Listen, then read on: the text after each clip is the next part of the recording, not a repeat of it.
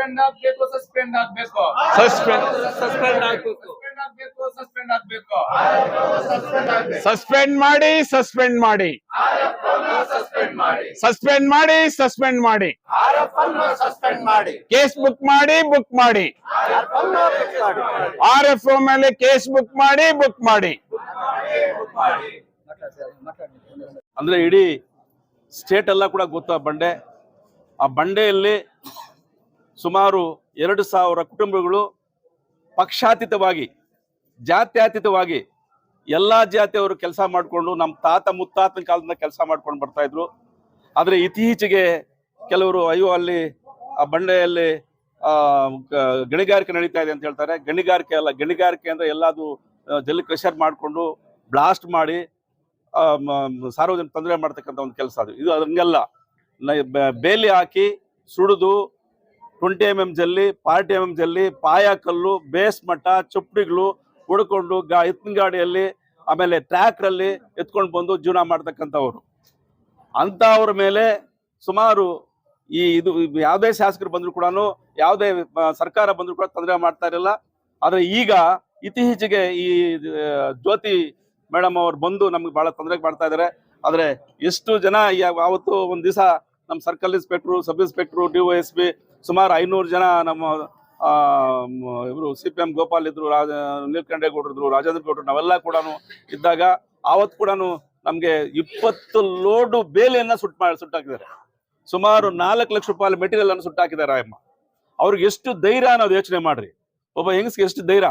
ಆದ್ರೂ ಸಹ ಇವತ್ತು ಆಯಮ್ಮ ಇವೆಲ್ಲ ಹೊಡೆದು ನಮ್ಮನ್ನ ಯಾಕೆ ಅವರು ಅಲ್ಲಿ ಸೇರಿಸ್ತಾ ಇಲ್ಲ ಅಂತ ಹೇಳಿದ್ರೆ, ಅವರು ತಮ್ಮ ಜೊತೆಗೆ ಒಂದು 5 ಜನ ಟೀಮ್ ಮಾಡಿಕೊಂಡು ಇಡೀ ನಮ್ಮ ತಾಲೂಕಲ್ಲಿ ಇರ್ತಕ್ಕಂಥ ಫಾರೆಸ್ಟ್ ಅನ್ನ ಅವರೇ ಹೊಡೆದು ಅವರೇ ಮಾರ್ಕೊಳ್ಳೋದು, ಮತ್ತೆ ಅದನ್ನ ಮೊದಲುಗಳಿದೆಯಲ್ಲ ಆ ಬೆವರುಗಳನ್ನ ಅದನ್ನು ತೆಗೆದು ಅವರೇ ಮಾರ್ಕೊಳ್ತಾರೆ. ಮತ್ತೆ ಗಿಡ ನಾಟಿ ಮಾಡುವಾಗ ಅವ್ರದೇ ಕಾಂಟ್ರಾಕ್ಟ್ರು, ನೀರು ಹಾಕೋದು ಅವ್ರದೇ ಕಾಂಟ್ರಾಕ್ಟ್ರು, ಎಲ್ಲಾದ್ರು ಚೆಕ್ಡ ಮಾಡಬಹುದು ಅವರೇ ಕಾಂಟ್ರಾಕ್ಟ್ರು. ಇವತ್ತು ಕೋಟ್ಯಾಂತರ ರೂಪಾಯಿಯನ್ನ ಒಬ್ಬ ಹೆಂಗ್ಸು ಅಂದ್ರೆ ಅವ್ರಿಗೆ ಮದುವೆ ಆಗಿಲ್ಲ, ಈಗ ಮದುವೆ ಆಗಿಲ್ಲ ಅಂದ್ರೆ ಮದುವೆ ಆಗ ಎಷ್ಟು ಮಾಡ್ತಾರೆ, ಸುಮಾರು ಕೋಟ್ಯಾಂತರ ರೂಪಾಯಿಯನ್ನ ಲೂಟಿ ಮಾಡಿರ್ತಕ್ಕಂಥವ್ರು. ಇದಕ್ಕೆಲ್ಲ ನಾವು ತೊಂದರೆ ಆಗ್ತೀವಿ ಅಂತ ಹೇಳ್ಬಿಟ್ಟು ತೊಂದರೆ ಮಾಡ್ತೀವಿ ಅಂತ ಇವೆಲ್ಲ ಗೊತ್ತಾಗುತ್ತೆ. ಇಲ್ಲಿ ಕೆಲಸ ಮಾಡ್ತಕ್ಕಂಥವ್ರಿಗೆ ಇವತ್ತು ಲೋಡ್ ಹೋಯ್ತು, ಇವತ್ತು ಮನ ಕಟ್ ಮಾಡ್ತಾ ಇದಾರೆ ಅಂತ ಹೇಳ್ತಾರೆ ಅಂತ ಹೇಳ್ಬಿಟ್ಟು ನಮ್ಮ ಜನದ ಮೇಲೆ ಇವತ್ತು ಅವ್ರು ಡಿಮಾರ್ಕ್ ಮಾಡಿದ್ರೆ ಅವ್ರ ಮಾರ್ಕಿಂದ 50 ಮೀಟರ್ ಆ ಕಡೆ ಇವ್ರು ಕೆಲಸ ಮಾಡ್ಕೊಳ್ತಾ ಇದ್ರೆ, ನಿನ್ನೆ ಬಂದು ಅವರೆಲ್ಲ ಕೂಡ ಅವ್ರ ಟೀಮ್ ಎಲ್ಲ ಬಂದು ಅವರೆಲ್ಲ ನಮ್ಮವರೆಲ್ಲ ಹೊಡೆದು ತೊಳೆದು ಅವರೆಲ್ಲ ಕೂಡ ಆ ಲೋಡನ್ನ ಸೀಸ್ ಮಾಡಿರ್ತಾರೆ. ಅದೇ ಅಮ್ಮ, ನಾನು ಇದಕ್ಕೆ ಮೊದಲೊಂದು ಮಾತು ಹೇಳ್ತೀವಿ.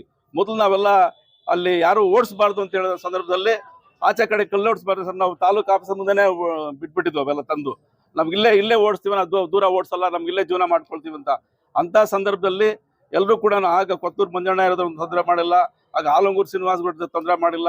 ಇವಾಗ ನಮ್ಮ ಸಮೃದ್ಧಿ ಮಂಜು ಬಂದ್ರೆ ಅವರು ಕೂಡ ಒತ್ತಡ ಮಾಡ್ತಾ ಇದಾರೆ, ಗಲಾಟೆ ಮಾಡ್ತಾ ಇದಾರೆ.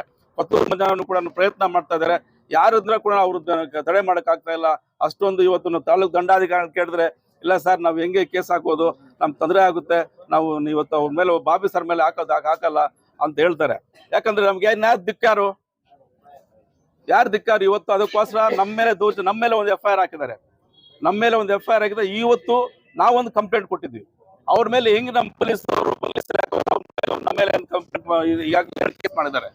ನಮ್ಮ ಮೇಲೆ ಗಲಾಟೆ ಇಲ್ಲದೆ ಕೂಡ ನಮ್ಮ ಮೇಲೆ ಕೇಸ್ ಮಾಡಿದ್ರೆ, ಈ ಎಂಬ ನಮ್ಗೆ ಇಷ್ಟೊಂದು ತೊಂದರೆ ಮಾಡಿ ಇಷ್ಟೊಂದು ನಷ್ಟ ಮಾಡಿರ್ತಕ್ಕಂಥವ್ರ ಮೇಲೆ ಕೇಸ್ ಮಾಡಿಲ್ಲ ಅಂತ ನಮ್ಮ ಪ್ರಶ್ನೆ. ಬೇಲಿಯನ್ನ ಸುಮಾರು 20 ಲೋಡ್ ಬೇಲಿ ಸುಟ್ಟಾಗಿರ್ತಾರೆ.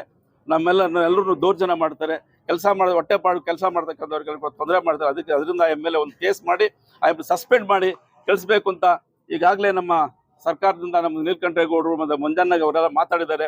ಅವೆಲ್ಲ ಕೂಡ ಕೂತ್ಕೊಂಡು ಮಾತಾಡಿ ನಮ್ಮ ಬೆನ್ನೆಲುಬಾಗಿ ನಿಂತ್ಕೊಂಡು ನೀವೆಲ್ಲ ಕೂಡ ಸಹಕಾರ ಮಾಡಿದ್ರೆ ನಿಜವಾಗ್ಲೂ ನಮ್ಮೆಲ್ಲರೂ ಕೂಡ ಧನ್ಯವಾದಗಳು ಹೇಳ್ತೀವಿ. ಯಾಕಂದ್ರೆ ಸರ್ಕಾರ ಇದ್ಕೊಂಡು ಕೂಡ ನೀವು ಬಂದು ಸ್ಟ್ರೈಕ್ ಕೂತ್ಕೊಳ್ಳೋಕ್ಕಾಗಲ್ಲ.